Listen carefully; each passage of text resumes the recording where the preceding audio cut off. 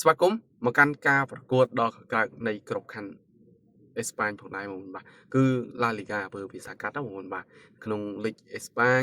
បាទក្នុងរាត្រីនេះបាទហើយយប់នេះក៏មានដំណើរគូបាជាច្រើនដែលមានចែកជូនបងប្អូនលេងកំសាន្តទាំងគ្នានៅក្នុងក្រុមបងបារបស់ admin តែ admin សុំចម្រាញ់យកតែ2គូទេមកចែកជូនបងប្អូនលេងកំសាន្តទាំងគ្នានៅក្នុងវីដេអូនេះផងដែរបងប្អូនបាទហើយពិសេសកុំភ្លេចចូលទៅលេងទូទាយលទ្ធផលជាមួយ admin ផងដែរបងប្អូនបាទហើយមុននឹងចូលទៅការប្រកួត admin សូមឲ្យបងប្អូនចុចទៅ bio TikTok របស់ admin ឬក៏ description នៅលើ Facebook page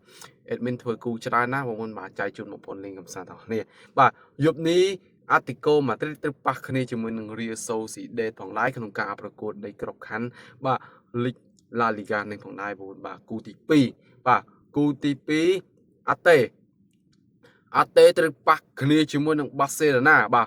Barcelona បច្ចុប្បន្នកំពុងតែឈរនៅកំពូលតារាងបាទ La Liga នេះផងដែរបងប្អូនបាទមានទៅដល់បាទ64ពិន្ទុឯនោះនៅក្នុងដៃបើនិយាយពីអាទីកូរៀលម៉ាឌ្រីតបាទសំទោសអាទីកូម៉ាឌ្រីតមានទៅដល់51ពិន្ទុបាទក្រោមរៀលម៉ាឌ្រីតលេខ3បាទឈរនៅលេខរៀងទី3ផងដែររៀលសូស៊ីដេតឈរនៅលេខរៀងទីបាទ8ណាបងប្អូនបាទហើយរៀលសូស៊ីដេតកំពុងតែធ្លាក់កោតដែរបងប្អូនបាទក្នុងការប្រកួតនៅរាត្រីនេះបើបងប្អូនលេង admin សូមឲ្យបងប្អូនលេងគូទី1លេង over ក៏បានដែរបងប្អូនបាទហើយគូទី2ឲ្យលេងទៅខាង Barcelona ដឹងតែមានភាគរយឈ្នះច្រើនកុំភ្លេចវិនិយោគជាមួយ admin ទាំងគ្នាអរគុណ